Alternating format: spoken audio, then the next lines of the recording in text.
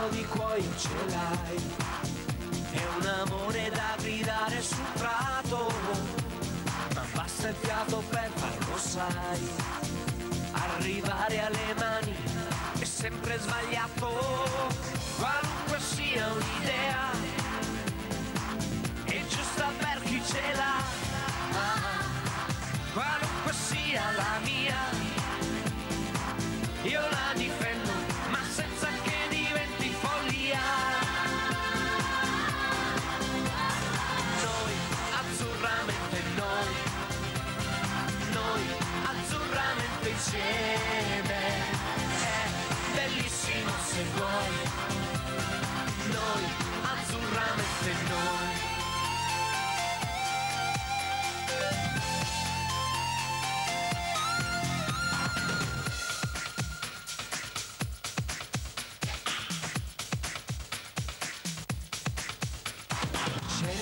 Ragione se vuoi, perché questa è la tua grande partita, tutti un po' sconfitti se poi, se per vincere si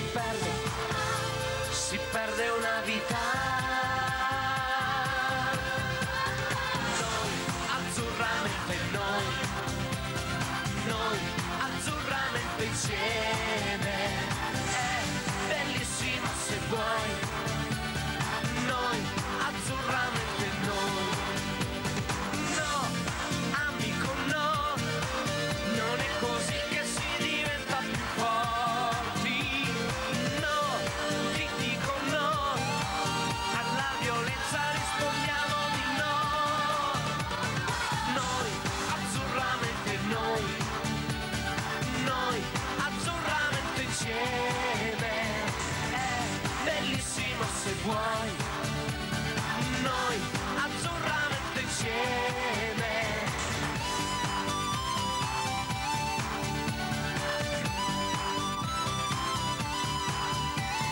È bellissimo se vuoi, noi azzurramente insieme.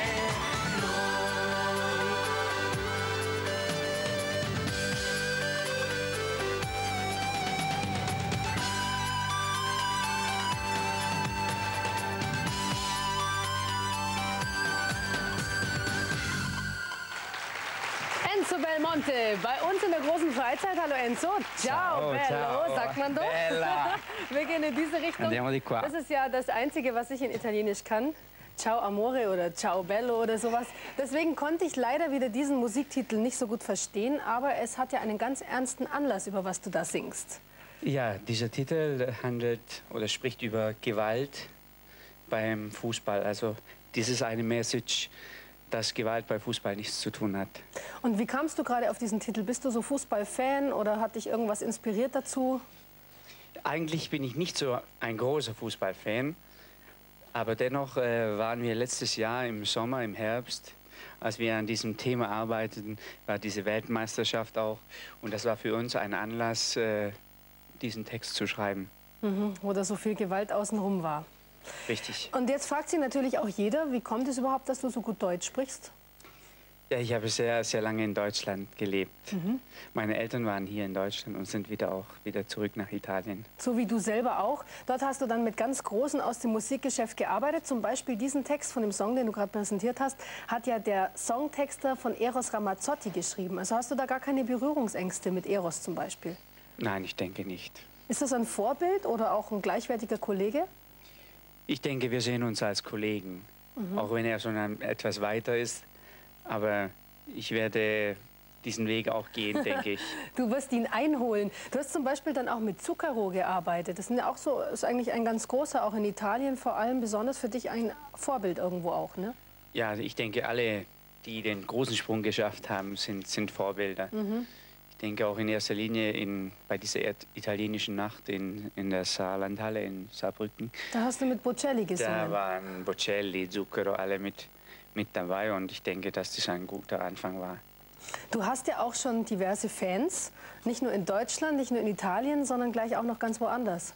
Ja, aus Ungarn.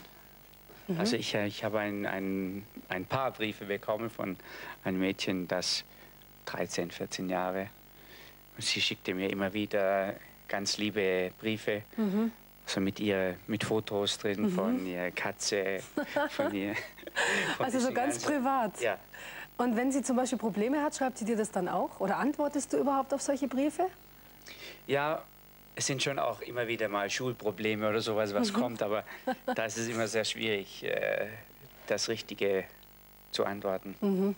Na gut, man muss ja auch ein bisschen seine Privatsphäre noch halten, vor allem dann als großer Star. Du bist am Ende der Sendung nochmal mit einem Song vertreten, da geht es dann um atomare Gefahr. Sind das eigentlich Titel, die dich selber oder beziehungsweise Probleme, die dich selber sehr beschäftigen? Es beschäftigt mich alles selber und es sollte auch anregen. Es ist eigentlich zum Anregen für andere gedacht. Also es sind Themen, die uns alle interessieren. Also sollte man Wir auf leben jeden alle Fall, in dieser Welt. um deine Texte wirklich gut zu verstehen, müsste man halt Italienisch sprechen. Jetzt wissen wir schon, was auf uns zukommt. Schön, dass du bei uns bist. Danke.